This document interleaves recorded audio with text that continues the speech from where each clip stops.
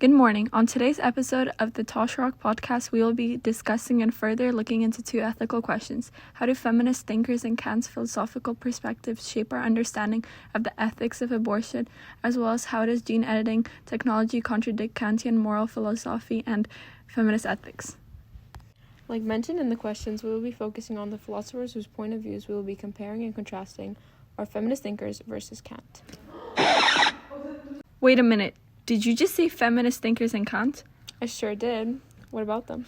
Can you please explain to our viewers their philosophies, just in case anyone doesn't know anything about them?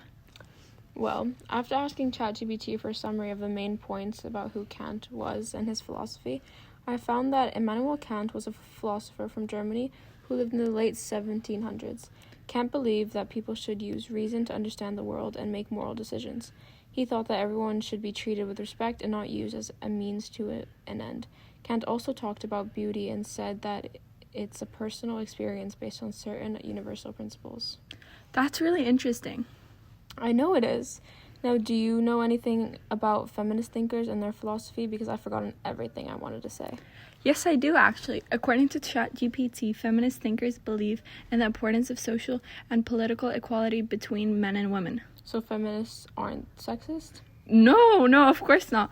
Men often view feminists as people who hate all men and only want rights for women, but feminists are simply people who believe in the importance of equality between men and women. Oh, that makes sense. Okay. Continue. Sorry for interrupting. So, as I was saying, feminists recognize the experiences and perspectives of marginalized groups such as women and how they can shape ethical decision-making. They value empathy and compassion as important components of ethical decision-making, may prioritize the well-being of the individual over strict adherence to universal moral principles, emphasizes the importance of diversity and inclusivity in ethical decision-making. A few moments later. Oh yeah, that's right. I remember now. But what I'm really wondering is what these two thinkers have to say about abortion, since that is our main discussion point today.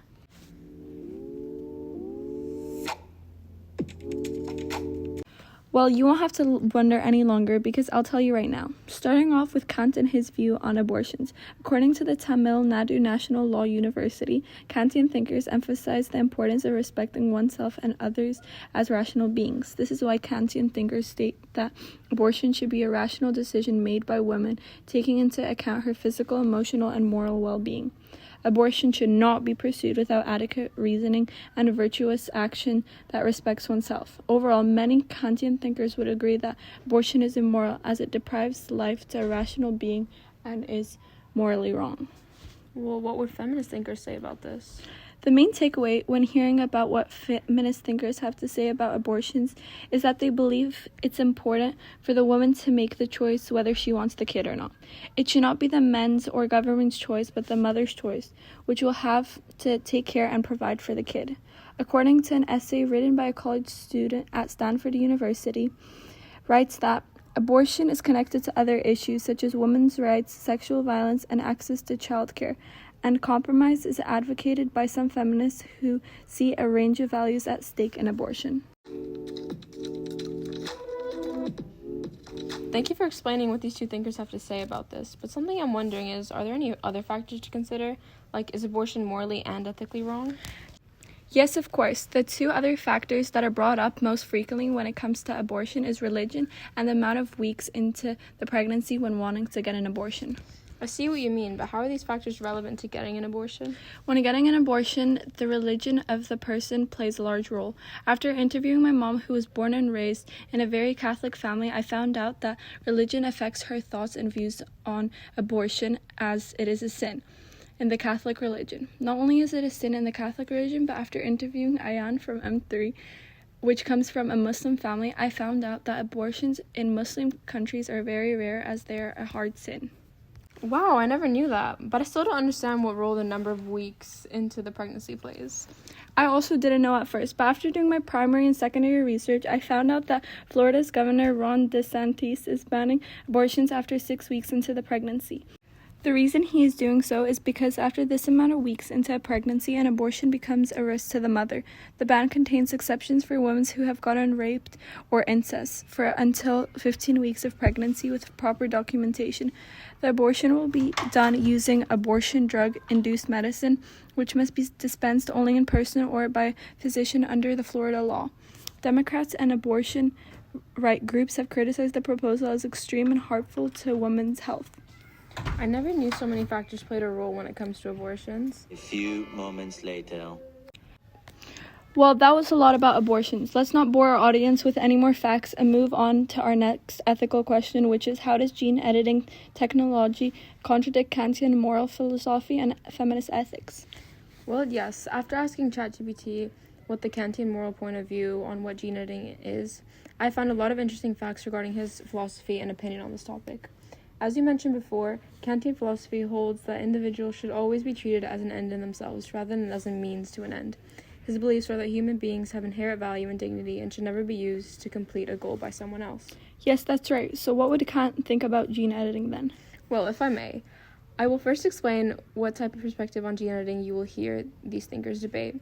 So, the use of this technology to manipulate the genetic makeup of an individual, particularly for non-medical purposes and selecting certain physical or intellectual traits, is seen as treating that individual as a means to an end, which contradicts with Kantian ethics.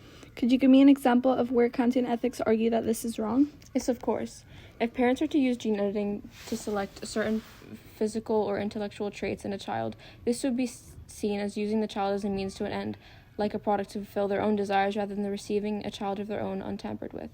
Kantian moral philosophy also argues that using gene editing would raise huge questions of consent.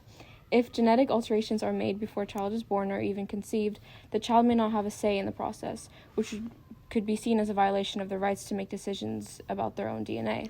Oh, is that right? Yes, and even so, after conducting an interview with Simon Camps, he said, "I think it is unfair towards babies since they are in the womb, unless there isn't a baby. Questions about consent would be raised since the child isn't born, so they don't have a say about who they are. The parents should let the baby be the baby and not change the way they are." So what do the feminist thinkers think about this? Their main concern is the potential for gene editing to reinforce and perpetuate existing societal biases and inequalities. Really? Yeah, if gene editing is used to select certain traits over others, it could reinforce enormous gender norms and stereotypes that favor certain groups over others, and then further perpetuate discrimination based on factors such as gender, race, and socioeconomic status.